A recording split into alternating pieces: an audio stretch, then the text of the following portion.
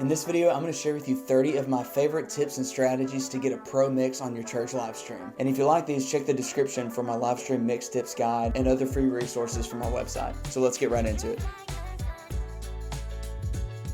30 church live stream tips in 30 days. Number 1, let's go. First, use a drum shield. Your drums are probably getting into every mic on the stage, and that makes it nearly impossible to get a clean mix. Some ambience is good and some bleed is okay, but if your drums are just wreaking havoc on your vocal microphones, then you can't save your vocals and you can't save your drums. Quick tip, use a drum shield if at all possible. Your bass probably needs more highs and mids on it than your bass player thinks. The problem with a lot of low end on a bass for a live stream in particular is the places people are listening to a live stream don't have much low end. So guess what's going to happen? No one's going to hear the bass. So in some way you need to add some harmonic distortion or EQ a little bit into the mids and upper mids and sometimes even the highs so that your bass is heard. Use a reverb with a shorter decay time. On your live stream, the name of the game is keeping it clean, in my opinion. So if you're using reverbs with a lot of decay or they're really big and washy sounding, it's going to muddy up your mix and it's also going to sound unnatural on your live stream. And to the human eye, a lot of times that could look funny. It just doesn't sit right with people. So keep it to a shorter decay time so that the reverb isn't just so noticeable in the mix, but just adds some ambience to it. If you're mixing front of house and your live stream by yourself, use a post fader send. So what does that mean? So you're gonna set all of your channels that go to your live stream bus post fader. Why do you do that? You want everything that you do for sound for your front of house mix to be mirrored on your live stream. So within the send going to your live stream bus, you're going to set your levels accordingly, and then whatever you do for your front of house mix will be reflected on the live stream bus. Use a pre-fader send. So what does that mean? On each one of your individual channels, you'll want to go in and be sure that each channel is being sent to your live stream bus pre-fader. Why would you do that? This is good if you or you have another person mixing live stream, but you're able to mix the live stream separate from the front of house mix. Whatever you do on your channels for the house mix won't be reflected on your live stream bus. So now you'll be able to set up an iPad if you're using a digital console, or you'll be able to just have a totally separate layer that can be mixed for the live stream. Use room mics. I don't care if you're using 1, you're using 2, where you're putting them. If you use room mics, it's gonna help your mix in some way. Are there best practices? Yeah, for sure. But just having the sound of ambience mixed into your live stream is going to take it up a notch. It's going to help basically across the board. So these are microphones that you're going to want to plug into your console, but you're going to take them out of your main mix. You do not want them to come out of your speakers. These are only going to be sent to your live stream. And you're going to want to capture just the sound of the room, the crowd. These aren't PA microphones. They're not extra instrument microphones. These are just to capture the energy and the sound of the room. And I promise you, if you use them, it'll take your live stream up a notch. So how do you use room mics in a live stream mix? My opinion is that you want to set your room mics up in a way that they're not going to capture any single person or any single sound. You want to get them as far away from the people, from those random noises that you may get. You want to get them as far away as possible so that they capture a big picture of the room, but you also want your 2 microphones to be pointing at different spots in the room so that you don't necessarily have phase issues. So the 2 big points there, get them far away from people, get them far away from whatever you're micing, and have 2 microphones pointed at different parts of the room so that you don't get really any of the same sound in those microphones. If you don't have the budget for a condenser shotgun mic, just use a couple of 57s. Honestly, I think you'll be shocked if you've never used an SN57 as a room mic, just how good of a sound you can get. Some of the best room sounds I've gotten were actually just from some 57s that were placed well in a room. Like I've said before, you just want to get it far away from your source and then point it at a direction in the room where you're not going to have a lot of phase cancellation with another microphone, you basically want two mics pointed at separate parts of the room so that it picks up totally different source sounds. So quick tip, just use a couple of 57s if you can't afford something else or if that's just what you have. Use a shotgun condenser mic for your room mics. A shotgun condenser mic is a great option because they have a pretty tight pickup pattern, but they also pick up a lot of information. So you have really good top end on them, so they're going to sound really natural and realistic in your room mic mix. But because they have a tighter pickup pattern, that also means you're able to pull them way back from the crowd, but still only catch a pretty specific spot in the room. So you're not going to catch that excessive bad noise that may be happening in the room. You're going to be able to isolate certain parts of the room and really get the sound that you want in your room mic. My recommendation for a pretty affordable shotgun room mic is the Rode NTG1. This one might ruffle some feathers, but isolate your guitar cabs. Guitar players love to turn up their amps really loud to get the best tone possible, and while that may be the case, nothing will ruin, quote, good guitar tone like having your guitar bleed into every mic on the stage and then be this blurry mess that also ruins all the other signals. It stinks to realize that whenever we have these expensive amps and all this fun gear, that just having it a little too loud could ruin the whole thing. It could ruin the whole guitar tone and the mix all at the same time. So either use some sort of direct in device or have your guitar cab at least in a place where it won't bleed into all the vocal mics, all the drum mics, everything on stage, and just make it a blurry mess. Simple tip, just isolate the guitar cab and don't let it get into the other mics.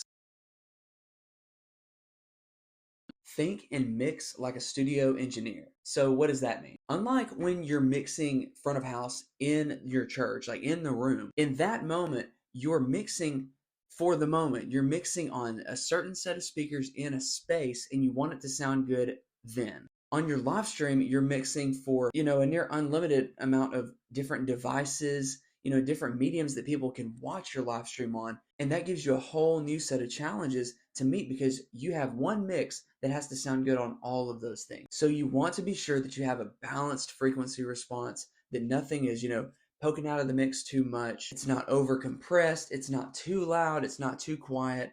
You just have to think like a studio engineer.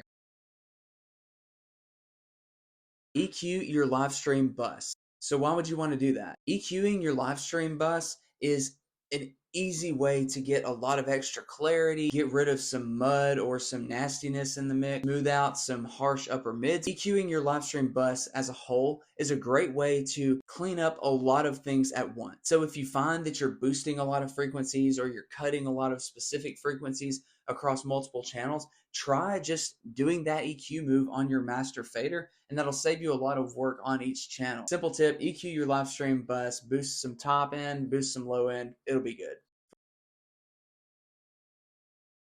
Use compression on your live stream bus. Compressing your live stream bus is a really good way to add some glue and just some overall polish to your live stream. Just keep it simple. Use a 2-to-1 ratio, a 10 or a 20 millisecond attack, and then like 100 millisecond release on the compressor. Then adjust your threshold so you're compressing like 2 or 3 dB and just let it go there. You just want to knock off some of the peaks and just sort of add a little bit of glue to the whole thing. We're not doing a whole lot of work with this compressor. It's just going to be some good polish to just take a good mix to the next level.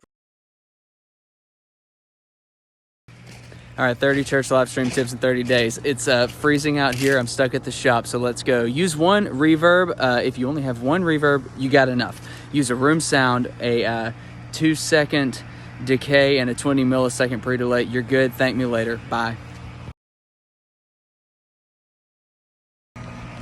30 church live stream tips in 30 days, number 15, snow day edition, still stuck at the shop. So use a room reverb. So that's a really good way to add some glue to your mix, some realism to your effects, and keep it simple. 2-second decay and a 20 millisecond pre-delay. Sounds good. Thanks. Bye. If you don't have room mics or you can't have room mics, use a single room reverb with about a 1-second decay time as your fake room mic sound. It's a really good way to add some glue and some liveliness to a mix.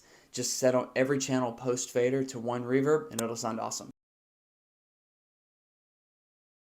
EQ the send go into your vocal delay for your live stream. Do a high cut all the way down to like 2K. It'll sound awesome. It'll sit really good in the mix. Give it a shot. Use a small speaker as a reference point for your mix. So you're going to mix your live stream on like good quality headphones or studio monitors, but also have a small speaker available that you can check periodically so that you can have a better reference point of what it's going to sound like on a smaller speaker on a smaller device. Immediately take notes and check your mix post service. This will give you such a fresh perspective on your mix away from the board, but not far enough away from the service that you forget what happened in the service. So this will like give you better points of reference of what went wrong and what you can do about it. Get your effects blends right. So what does that mean? Don't make your effects sound like an effect. You want your effects to blend into the mix. That's the point. You want them to sound like a space, not an effect. In a live stream, an effect, as whatever, could be pretty distracting, but if you make your effects just sound like a space and add some dimension and some character to your mix, it's going to go a lot farther. EQ your effects sends so that it sounds like a space, not an effect. You're going to be sending a lot of information into that reverb. So if you send less information into the reverb, you're not going to be adding a bunch of extra top end bouncing around or a bunch of low end rumbling around. You're just going to be able to add some extra dimension and some 3D space by using a reverb in this way, and it works especially well on a live stream. Use chorus on vocals. Yep, so that's a weird one. But if you add a subtle amount of chorus to a vocal, it can really add some good character, some width, and some extra dimension to it. Not like, the 80s chorus where it's, real warbly sounding, but just some basic, really kind of subtle chorus on a send on vocals can make them sound pretty awesome. So give it a shot. Use drum samples. So if you're working in a DAW or you have a sampler that you can use samples in a live setting, those are great. So using drum samples are a great way to get just extra power and extra definition and more clarity out of your drums. I don't necessarily use them in front of house, but I love using them on a live stream. So if you have a way to sample your drums, use drum samples on your live stream. Use your own drum samples, as in like make your own. So if you have the capability or the gear or the equipment to make your own drum samples, this is one of the best ways to get a very natural sound out of your drums, because you're going to be sampling the drums that's already being played. And so it's not going to sound too dissimilar from the drums that you're already hearing in the mix. So it's just going to enhance what's already there, not create something entirely new. So make your own drum samples. It's awesome. Use drum bus processing, as in bus all of your drums together and then process them as a whole. So what you're going to do is you're going to take all of your drums out of the main mix and then send them post fader to a bus and send that bus to the master fader or whatever your live stream bus is. And on that bus, you're going to be able to EQ the drums as a whole. You're going to be able to compress them as a whole, or if you're in a DAW, you're going to be able to use like saturation, distortion, all those different kind of enhancement things in a mix that really can take your drums to the next level. So bus processing is a great way to take an already decent mix and make it just even 10% better. Parallel compress or hard compress a room reverb on your drums. So this is easier done in a DAW, but if you have the capability and you're using a room reverb in a DAW, one of the best things I can think to do to make your drums just extra powerful is take a really decent, clean sounding room reverb and then squash the crap out of it. It's going to really add a bunch of extra power and space to the mix. So give that a shot. Even if you don't have a true room mic out there, but just having a room reverb that you can just crush is going to sound awesome. So give it a shot. Stop clipping. So a lot of issues I see on church live streams involve improper gain staging in one way or another. So a safe bet, and that's all this is a safe bet, is have all of your outputs and your inputs for your live stream, whatever your setup is, going out of your console into your camera, into your video setup, whatever it is, have your average levels be around -12. That's a safe bet. You're probably not going to clip, and it's going to be loud enough that the people on the other end can enjoy your live stream. Use a multi-band compressor. This one is super helpful if you're mixing your house and your live stream together, but you're sending your live stream out on a separate stereo bus. On that stereo bus, you can insert a multi-band compressor of some kind. A lot of consoles have them. DAWs obviously have them, but that will be a very good way to kind of a better balance on your live stream, a better tonal balance, because if you're mixing your live stream in this way, your house mix will likely have some different tonal things it needs that your live stream doesn't, and so you can sort of rebalance things, in a different way than just EQing. So give that a shot. Get your acoustic compression right. So what does that mean? A lot of church bands, a lot of worship teams, the primary driving force in the music is an acoustic guitar, and that's both good and can be bad, because a lot of times you have an acoustic player that's also the singer, so they're more focused on the singing, not the playing, and there's nothing wrong with that. But what can happen is the dynamics can be all over the place, and while that may sound big and full in a monitor mix or in a in-ear mix, what it ends up happening is fairly chaotic on the live stream in the mix. So if you get your compression right at that source, it can help out a lot. Have a fairly fast attack and a little bit of a slower release, and that'll give you a very even sound in the compression. 30 church live stream tips in 30 days, number 30. So possibly the most important one of them all, you don't have to hear everything on your live stream. And that may be a little controversial, but all you need to focus on to really make a mix engaging is get the vocal, the singing part right first, and the rhythmic elements as well, and then fill in the gaps with other instruments.